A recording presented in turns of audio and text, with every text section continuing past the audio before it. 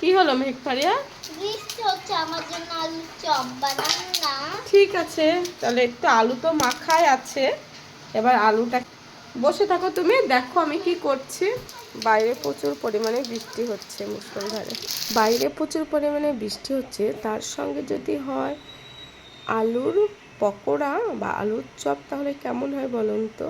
আলুর চপ করার জন্য প্রথমে আমি কড়াই বসিয়ে দিয়েছি, কড়াইয়ের মধ্যে পেঁয়াজ কেটে কুচি কুচি করে দিয়ে দিয়েছি, তার সঙ্গে বাদাম, গোটা জিরে, হলুদ গুঁড়ো, লঙ্কার গুঁড়ো, ধনিয়া গুঁড়ো সমস্ত কিছু দিয়ে আমি একটা সুন্দর মশলা করে নেব।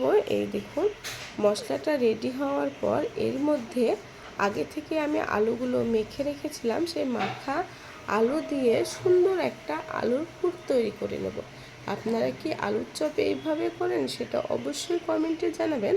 আমি যেভাবে আলুর চপ করি সেটাই আপনাদের সঙ্গে শেয়ার করলাম। ভালো লাগলে লাইক, কমেন্ট আর শেয়ার করে দেবেন। এর মধ্যে আমি একটু আদাও গ্রেট করে দিচ্ছিলাম। আদা গ্রেট করে দিলে আলুর পুরটা খুবই সুন্দর হয়, খেতেও ভালো লাগে। একদিকে আমি আলুর পুরটা করছি, অন্যদিকে বেসনের ব্যাটারটাও তৈরি করে নিচ্ছি। বেসনের ব্যাটারটা তৈরি করার জন্য প্রথমে একটা বাটি নিয়ে নিয়েছি, এর মধ্যে বেসন, হলুদ গুঁড়ো, লঙ্কার গুঁড়ো, কালো জিরে, ধনিয়া গুঁড়ো সমস্ত কিছু দিয়ে আস্তে আস্তে জল দিয়ে একটা সুন্দর ব্যাটার তৈরি করে নেব। এই দেখুন, দেখুন ব্যাটারটা কত সুন্দর হচ্ছে। ব্যাটার যত ভালো হবে তত সুন্দর আলুর চপটা হবে। এই দেখুন, এদিকে আমার আলুর পুরটা রেডি হয়ে গিয়েছে আর এদিকে আমি ব্যাটারটাও তৈরি করে রেখে দিয়েছি। এরপর সুন্দর একটা আলুর চপের শেপ দিয়ে নিচ্ছি।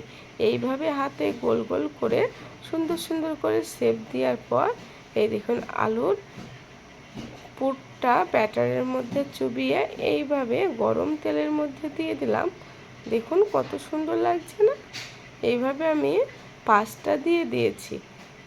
এক সাইড হয়ে যাওয়ার পর আমি উল্টিয়ে দেবো। আমি রাত্রিবেলায় করেছি, কারেন্ট ছিল না বৃষ্টির মধ্যে, তাও দেখুন কতটা সুন্দর হয়েছে না।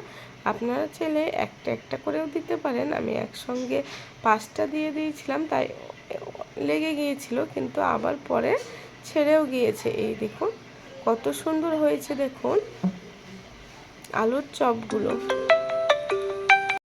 রেডি হয়ে গিয়েছে, কত সুন্দর মুচমুচে আলুর চপ। এদিকে আলুর চপ আমি রেডি করে ফেলেছি। এই দেখুন আরও একবার তুলে নিচ্ছি আলুর চপ। একসঙ্গে অনেকগুলোই করেছিলাম, অনেক মানুষ ছিল সেই জন্য। আর আলুর চপ হয়েছে আর মুড়ি মাখা হবে না তা তো হতে পারে না। বৃষ্টির দিনে আর আলুর চপ আর মুড়ি মাখা এটাই তো ভালো লাগবে খেতে।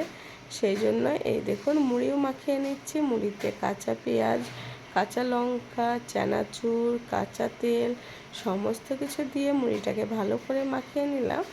রাত্রিবেলায় গরম গরম আলুর চপ আর মুড়ি মাখা, সেই স্বাদ। ভিডিওটা কেমন লাগলো অবশ্যই কমেন্টে জানাবেন, আর ভালো লাগলে লাইক, কমেন্ট আর শেয়ার করে দেবেন। মেহেকও খেতে বসে পড়েছে। এই দেখুন মেহেক খাচ্ছে। দেখো সন্ধ্যাবেলায় বৃষ্টির দিনে চপ, আলুর চপ আর মুড়ি কেমন লাগছে।